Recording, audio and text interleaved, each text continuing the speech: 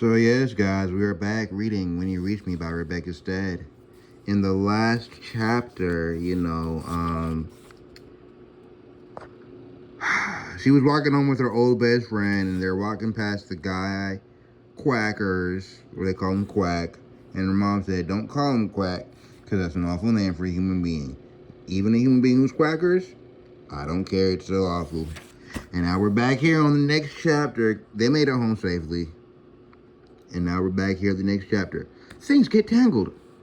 Lucky for Mom, some of the older people at the nursing home where Louisa works love to watch the $20,000 pyramid at lunchtime.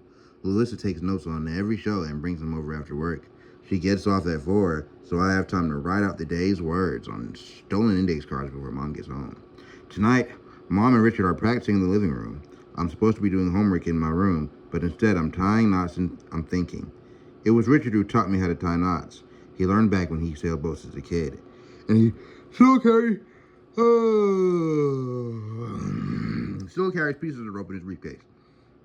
He says that when he's trying to solve a problem at work, he takes out the ropes, ties them into knots, unties them, and then ties them again. Wow. It gets him in the right frame of mind. Okay. Everybody has their own thing.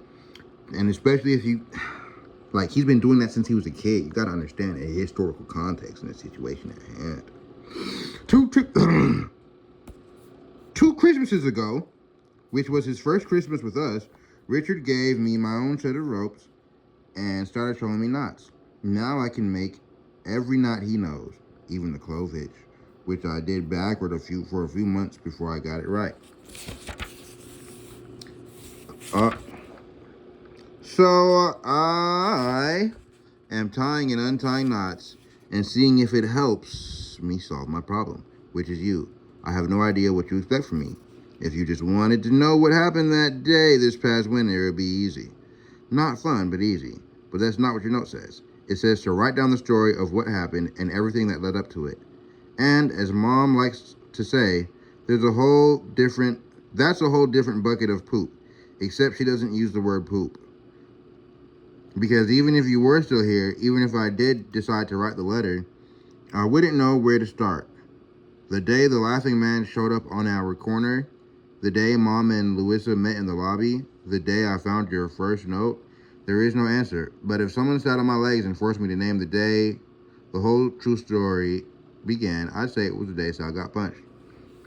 Yeah, I don't even know what this book is about, and we're like on the 5th chapter. I don't know what's going on. It happened in the fall when Sal and I still walked home from school together every single day. 1 block from West End Avenue to Broadway, 1 block from Broadway to Amsterdam, past the laughing man on our corner, and then half a block to our lobby door. That middle block between Broadway and Amsterdam is mostly a huge garage where the sidewalk is all slanted, and we had to be careful when it was icy, or else we'd slip right in front of the pack of boys always hanging out there. If we did fall, they'd make a really big deal of it, staggering around laughing, and sometimes calling us names that made our hearts beat fast the rest of the way home. What? Oh, don't worry about no other kids calling you names, bro. They're bored. They're insecure. They're not getting hugs at home from their parents. You know what I'm saying? Like, let me not make jokes like that, because it's like, that's not funny, bro. But, you know, if kids are calling you names, it's probably some sort of problem going on while they're trying to call people names. You got some issues, bro. I'm not gonna care. That's a fact. But the day Sal got punched, there was no ice on the ground because it was only October.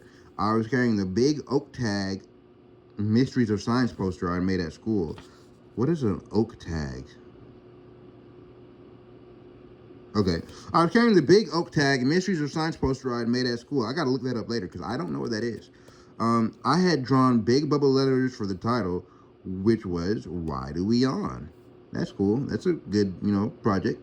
There are a lot of interesting theories about yawning. Some people think it started as a way of... Oh, that's crazy. I'm not doing that on purpose.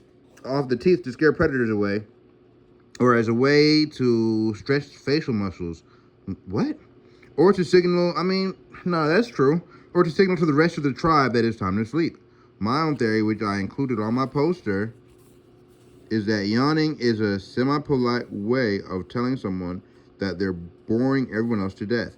Either that or it's a slow motion sneeze. But no one knows for sure, which is why it's a mystery of science. What? Okay. The day Sal got punched, the boys by the garage were hanging out as usual. The day before, there had been a fight, with one of them slamming another one against a parked car and hitting him. Okay, they're tripping. The kid, nah, they're tripping. They're not just calling names. They're doing too much. Somebody needs to, you know what I'm saying, escalate this type of, you know what I'm saying? We need to escalate this situation into, you feel me? Okay, it needs to be escalated. I don't know what it needs to be escalated into, but somebody needs to get somebody's parents, bruh.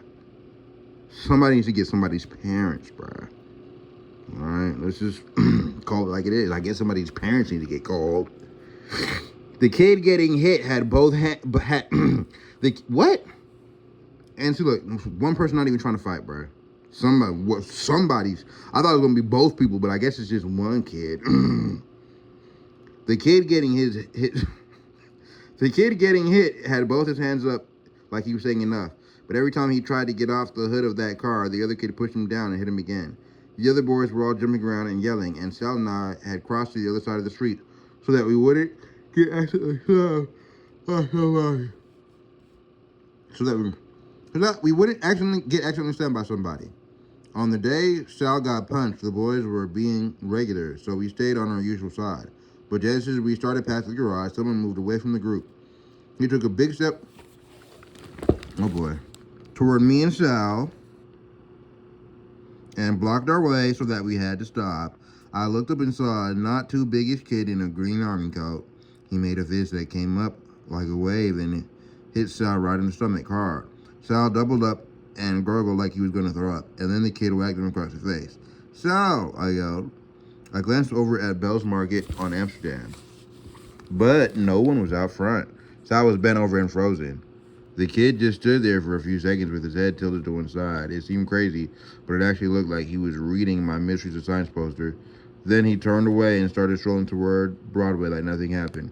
Sal, I leaned over to see his face, which looked okay, but had one cheek all red. Walk, I said, we're almost home.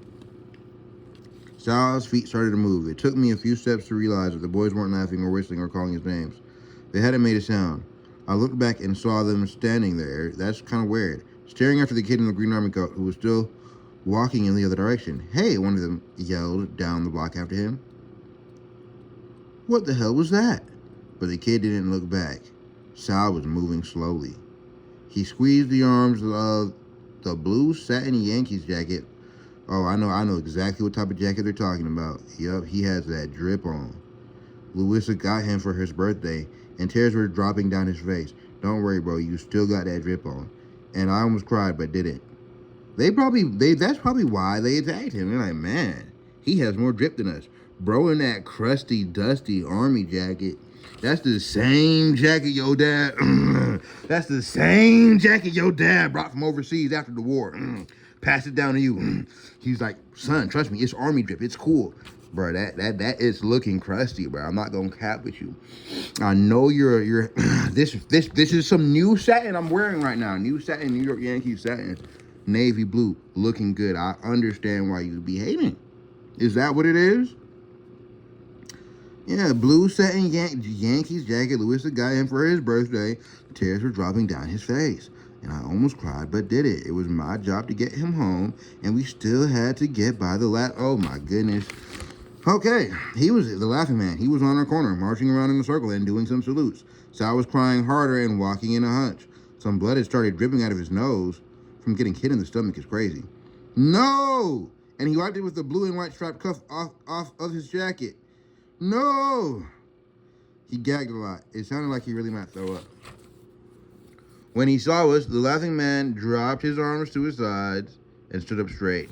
He reminded me of the big wooden nutcracker Louisa puts on her kitchen table at Christmas time. Smart kid, he said. He took a step toward us, and it was enough to make Sal take off running for home. I ran after him, trying to hold on to my poster and get my keys out of my jeans. When I had gotten us into the lobby, Sal went straight to his apartment and closed the door on me. I knocked for a while, but Louisa wasn't home from work yet, and he wouldn't let me in. If I'm not wrong, this is the beginning of the story you wanted me to tell. And I didn't know it yet, but it was also the end of my friendship with Sal. Man, that's not your fault that he got punched. I'm not gonna lie to you. Like, I'm gonna be so straight up honest. Like, it is sad that he got punched. It is sad that he got punched. I wish it didn't happen too, you know? But it's like, that's why somebody needs to call those kids parents. That's why they say it takes a village to raise a child.